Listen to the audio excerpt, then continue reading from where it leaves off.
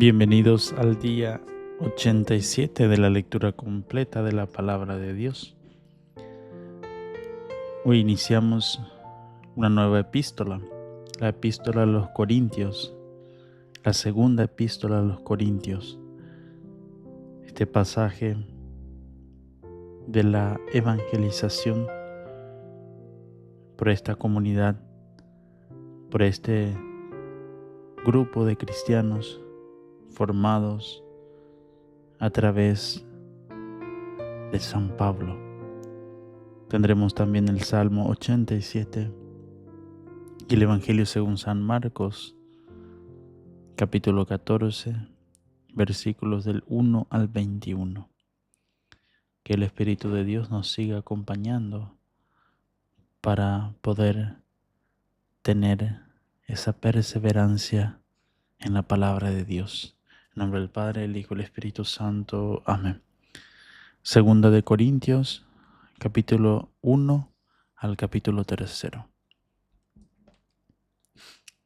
Pablo, apóstol de Jesucristo por voluntad de Dios, y Timoteo, el hermano, a la iglesia de Dios que está en Corinto, con todos los santos que están en toda Acaya.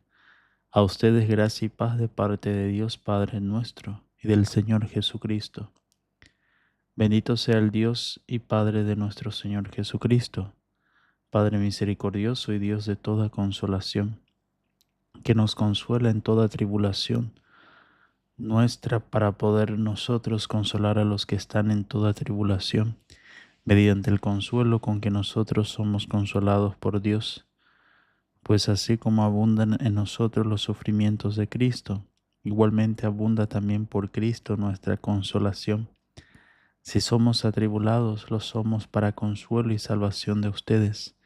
Si somos consolados, lo somos para el consuelo de ustedes, que les hace soportar con paciencia los sufrimientos que también nosotros soportamos. Es firme nuestra esperanza respecto de ustedes, pues sabemos que como son solidarios con nosotros en los sufrimientos, así lo serán también en la consolación.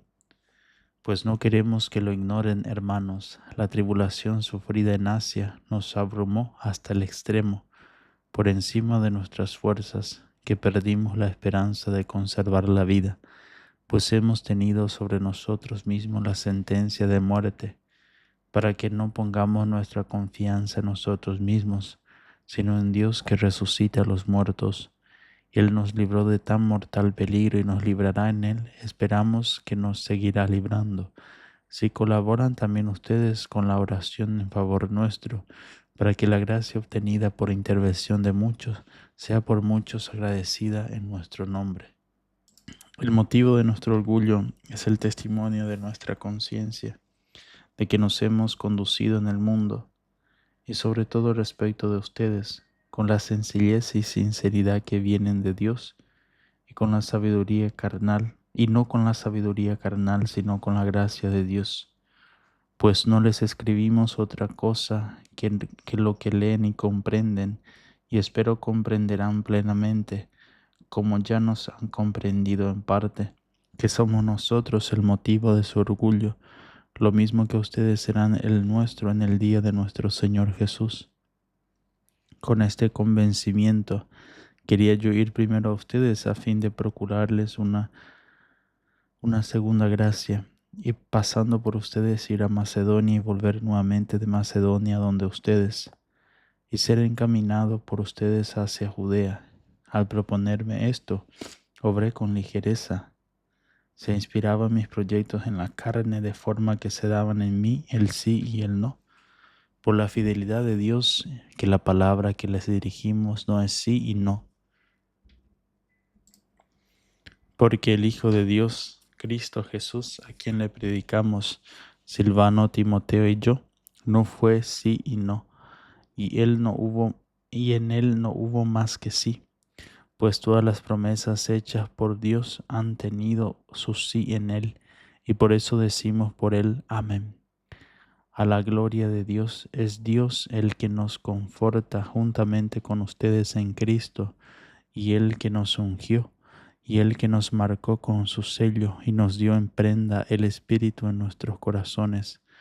Por mi vida, testigo me es Dios de que si todavía no he ido a Corinto, ha sido por miramientos a ustedes.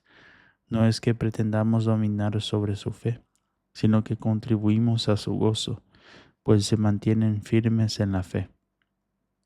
En mi interior tomé la decisión de no ir otra vez con tristeza a ustedes, porque si yo los entristezco, ¿quién podría alegrarme sino el que ha entristecido por mi causa? Y si les escribí aquello fue para no entristecerme a mí, ida a causa de los mismos que deberían procurarme alegría, convencido respecto de todos ustedes de que mi alegría es la alegría de todos ustedes. Efectivamente, les escribí en una gran aflicción y angustia de corazón, con muchas lágrimas, no para entristecerlos, sino para que conocieran el amor desbordante que a ustedes les tengo. Pues si alguien me ha causado tristeza, no es a mí solo a quien le ha causado, sino en cierto sentido, para no exagerar, a todos ustedes. Bastante es para ese tal el castigo infligido por la mayoría, por lo que es mejor que le perdonen más bien y le animen, no sea que se hunda en una excesiva tristeza. Les suplico pues que hagan prevalecer la caridad para con él. Les escribí también con la intención de probarlos y ver si su obediencia era perfecta. A quien ustedes perdonen, también yo le perdono, pues lo que yo perdoné, si algo he perdonado, fue por ustedes en presencia de Cristo.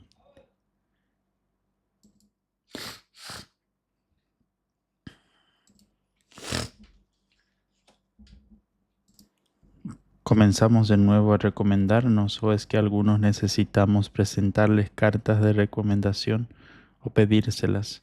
Ustedes son nuestra carta escrita en sus corazones, conocida y leída por todos los hombres. Evidentemente son una carta de Cristo, redactada por ministerio nuestro, escrita no con tinta, sino con el Espíritu de Dios, vivo, no en tablas de piedra, sino en tablas de carne, en los corazones. Esta es la confianza que tenemos delante de Dios por Cristo, no que por nosotros mismos seamos capaces de atribuirnos cosa alguna como propia nuestra, sino que nuestra capacidad viene de Dios, el cual nos capacitó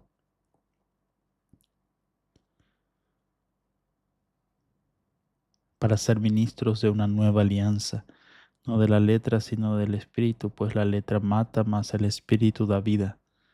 Que si el ministerio de la muerte grabado con letras sobre tablas de piedra resultó glorioso, hasta el punto de no poder los hijos de Israel fijar su vista en el rostro de Moisés, a causa del resplandor de su rostro, aunque pasajero, cuanto más glorioso no será el ministerio del Espíritu, pues si el ministerio de la condenación fue glorioso, con mucha más razón lo será el ministerio de la justicia, pues en este aspecto lo que era glorioso ya no lo es en comparación de esta gloria supereminente.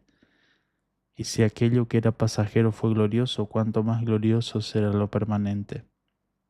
Teniendo pues esta esperanza, procedemos con toda franqueza, y no como Moisés, que se ponía un velo sobre su rostro para impedir que los israelitas vieran el fin de lo que era pasajero, pero se embotaron sus inteligencias. En efecto, hasta el día de hoy permanece ese velo en la lectura del Antiguo Testamento, y no se levanta, pues solo en Cristo desaparece. Hasta el día de hoy, siempre que se lea a Moisés, un velo está puesto sobre sus corazones, y cuando se convierta al Señor caerá el velo, porque el Señor es el Espíritu. Donde está el Espíritu del Señor, allí está la libertad. Mas todos nosotros, que con el rostro descubierto reflejamos como en un espejo la gloria del Señor, nos vamos transformando en esa misma imagen cada vez más gloriosos. Así es como actúa el Señor, que es Espíritu. Palabra de Dios, te alabamos, Señor. Salmo 87, de los hijos de Coré, Salmo cántico. Está enclavada entre santos montes. Prefiere Yahvé las puertas de Sión a todas las moradas de Jacob. Maravillas se dicen de ti, ciudad de Dios. Yo cuento a Rajat y Babel entre los que me conocen. Filisteos, tirios y etíopes han nacido allí, pero de Sión se ha de decir, todos han nacido en ella. La ha fundado el propio Altísimo. Yahvé escribirá en el registro de los pueblos: fulano nació allí. Y los príncipes, lo mismo que los hijos, todos ponen su morada en ti. Del Evangelio según San Marcos, capítulo 14, versículos del 1 al 21. Faltaban 2 días para la Pascua y los ácimos, los sumos sacerdotes y los escribas buscaban cómo prenderle con engaño y matarle, pues decían durante la fiesta: no sea que haya alboroto del pueblo. Estando él en Betania, en casa de Simón el leproso, recostado a la mesa, vino una mujer que traía un frasco de alabastro con perfume puro de nardo de mucho precio. Quebró el frasco y la derramó sobre su cabeza. Había algunos que se decían entre sí indignados: ¿para qué este despilfarro de perfume? Se podía haber vendido este perfume por más de 300 denarios y habérselo dado a los pobres. Y refunfuñaban contra ella. Mas Jesús dijo: déjenla. ¿Por qué la molestan? Ha hecho una obra buena en mí, porque pobres tendrán siempre con ustedes y podrán hacerles bien cuando quieran, pero a mí no me tendrán siempre. Ha hecho lo que ha podido, se ha anticipado a embalsamar mi cuerpo para la sepultura. Yo les aseguro, donde quiera que se proclame la buena nueva, en el mundo entero se hablará también de lo que ésta ha hecho para memoria suya. Entonces Judas Iscariotes, uno de los 12, se fue a ver a los sumos sacerdotes para entregárselo. Al oírlo, ellos se alegraron y prometieron darle dinero, y él andaba buscando cómo entregarle en momento oportuno. El primer día de los ácimos, cuando se sacrificaba el cordero de Pascua, le dicen sus discípulos: ¿dónde quieres que le vayamos a hacer los preparativos para que comas el cordero de Pascua? Entonces envía a 2 de sus discípulos y les dice: vayan a la ciudad, les saldrá al encuentro un hombre llevando un cántaro de agua. Síganlo, y allí donde entre, digan al dueño de la casa: el maestro dice: ¿dónde está mi sala? ¿Dónde pueda comer la Pascua con mis discípulos? Él les enseñará en el piso superior una sala grande, ya dispuesta y preparada. Hagan allí los preparativos para nosotros. Los discípulos salieron, llegaron a la ciudad, lo encontraron tal como les había dicho y prepararon la Pascua. Y al atardecer llega él con los 12, y mientras comían recostados, Jesús dijo: yo les aseguro que uno de ustedes me entregará, el que come conmigo. Y ellos empezaron a entristecerse y a decirse uno tras otro: ¿acaso soy yo? Él les dijo: uno de los 12 que moja conmigo en el mismo plato, porque el Hijo del Hombre se va como está escrito de él. Pero ay de aquel por quien el Hijo del Hombre es entregado. Más le valdría a ese hombre no haber nacido. Palabra del Señor. Gloria a ti, Señor Jesús. Y la bendición de Dios Todopoderoso, del Padre, del Hijo y del Espíritu Santo, descienda sobre usted y permanezca para siempre. Amén.